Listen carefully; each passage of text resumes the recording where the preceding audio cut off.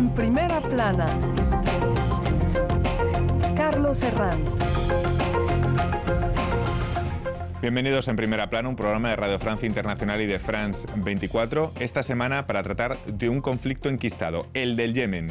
Para ello contamos en este estudio con dos analistas. Chris Denhond es periodista en Orient 21. Bienvenido, Chris. Mucho gusto. Y contamos también con Guillermo Guiarratana, que es investigador en el IRIS, el Instituto de Relaciones Internacionales y Estratégicas de Francia, especialista en negociaciones humanitarias y en dinámica de conflictos. Guillermo, bienvenido. Gracias. Yemen, un conflicto que propaga una gran catástrofe humanitaria. Hoy, análisis en Primera Plana. Bueno, pues Yemen vive una situación de catástrofe humanitaria tras 4 años de conflicto entre el gobierno, apoyado por Arabia Saudí, y los rebeldes hutíes apoyados por Irán. Una especie de guerra en el patio de atrás entre las dos potencias que se juegan la hegemonía en esta parte del mundo. Estos días, en Suecia, ambas partes intentan dialogar y por fin en las últimas horas hemos tenido al menos alguna noticia esperanzadora, como esa tregua que hemos conocido en Hodeida, la ciudad portuaria por donde transita la ayuda humanitaria.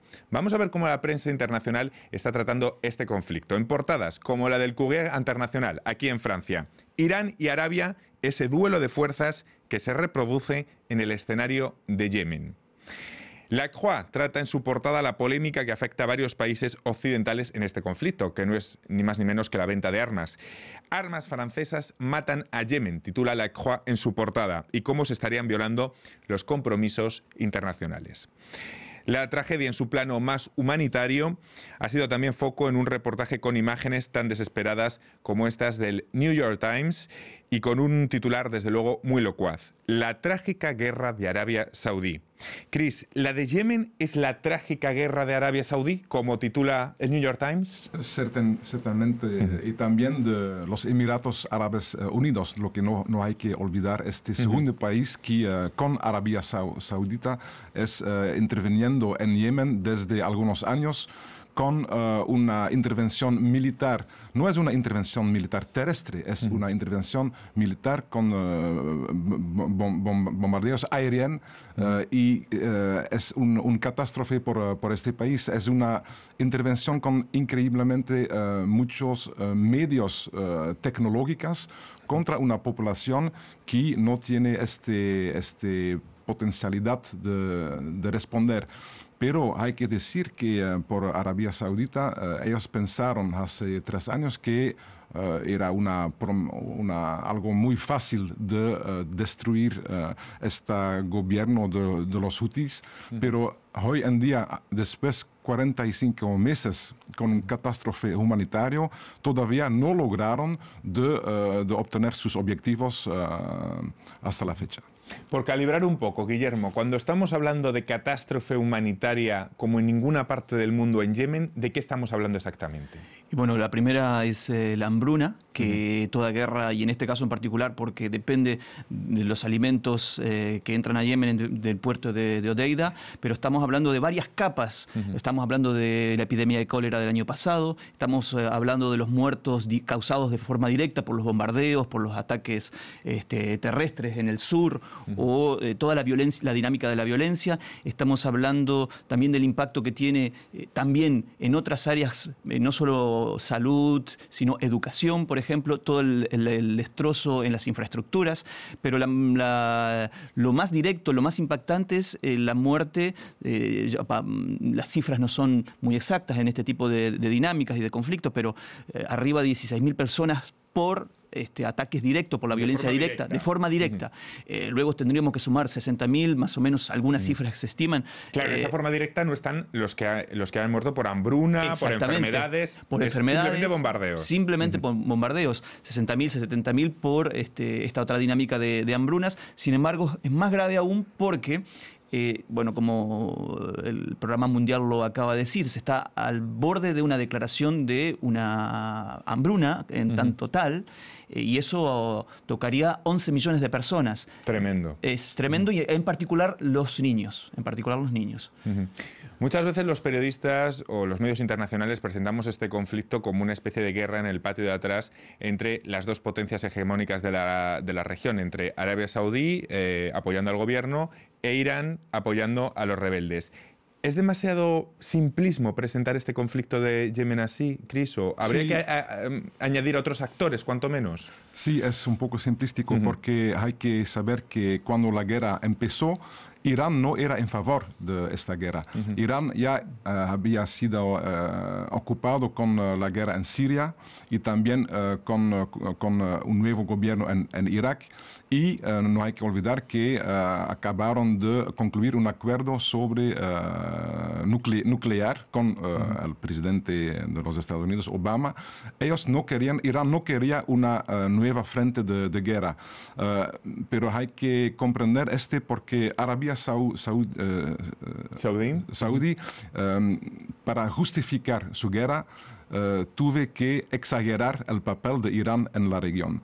Y antes no se puede decir que los husis son chiitos como los en Irán o en Irak. No es una cosa religiosa, es algo más complicado. Entonces, exagerando el papel de Irán, era una justificación para los Emiratos Árabes Unidos y Arabia Saudita para empezar esta guerra. Y el conflicto sunito-chiita es algo que viene importante ahorita, pero es algo que no en el terreno no tiene cuenta de la población mismo, que no es así dividido en dos partes. No sé si comparte, Guillermo, esta visión de la exageración del papel de Irán en cuanto al apoyo hutí. Absolutamente, creo que es más una retórica utilizada como un arma para alimentar y justificar otros intereses geopolíticos. Nos estamos un poco dejando de lado y se han dejado un poco de lado en este análisis o en esta comunicación pública los factores internos, ¿no? Lo principal se ha pasado las dificultades o las fracturas internas dentro de los grupos, digamos, políticos y militares yemenitas. Entonces, en el origen de esta última guerra, porque ha habido varias en Yemen, claro, a partir de la fractura entre hutíes y el gobierno reconocido internacionalmente. En un segundo momento, Arabia Saudita, con la coalición, entra con toda la artillería, en el sentido incluso literal del término, justificado por esta retórica, ¿no? No hay que olvidar, y de hecho creo que si apuntamos a los factores internos y dejamos espacio a que los actores internos yemenitas pudieran resolver esta guerra, hay vías de solución. Hay más fáciles que si los externos...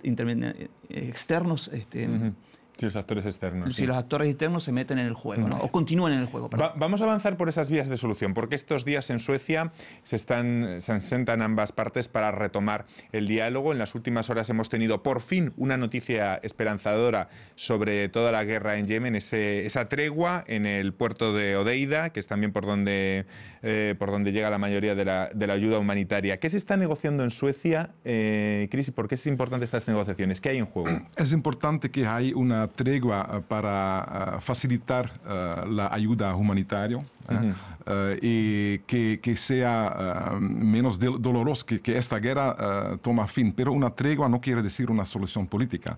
Por ejemplo, si usted dice los rebeldes por los hutis y el gobierno oficial por Hadi, el gobierno de Hadi, en el terreno mismo es al revés.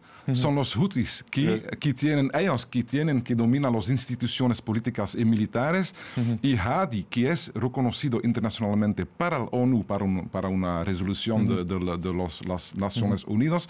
Él es en exilio en Arabia Saudita y no tiene ningún apoyo, tiene muy poco apoyo popular en Yemen. Entonces, para una solución política hay que las dos partes sean de acuerdo de obtener algo de sus objetivos, pero no todo. Y no estamos así lejos. Ceder.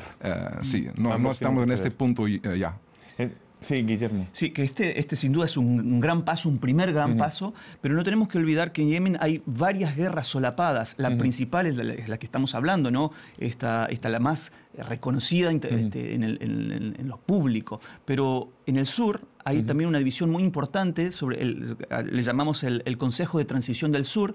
Es una fractura interna entre los actores yemenitas que también forma parte de otra capa de guerra, ¿no?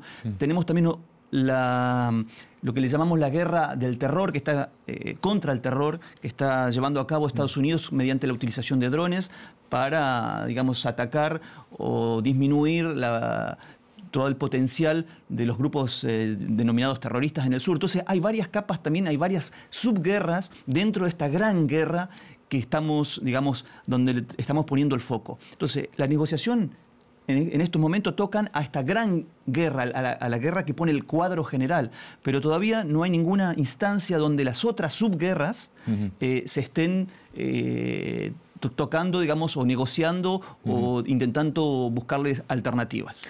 Y luego no nos podemos dejar un factor que está ahí y que no podemos evitar, el asesinato del periodista saudí Jamal Khashoggi. Se lo recuerdan el pasado día 2 de octubre en el consulado de su país en Estambul, asesinado de forma macabra. No sé hasta qué punto todo este caso, que ha tenido un gran impacto internacional, ha hecho que la presión sobre Arabia diera una revolución al conflicto, es decir, que se aceleraran estas negociaciones. ¿Hasta qué punto esto es un factor sobre el tablero, Chris? Yo pienso, en primer lugar, que los yemenitos mismos consideran que es una indignación selectiva, porque hay una persona asesinada y ellos mueren como así. Pero la ironía de la historia es que después del asesinato del periodista Jamal Khashoggi, gracias a este debate público internacional y la guerra en Yemen tiene más importancia. Sí. Y también la responsabilidad de las grandes potencias mundiales. La presión también hacia la venta de armas. En muchos sitios lo estamos viendo. Exactamente. Francia, Gran Bretaña y los Estados Unidos suministran armas en grandes cantidades. Solamente en 2017, 1.400 millones de euros de la Francia vendido a Arabia Saudita. Y este es un gran comercio lucrativo.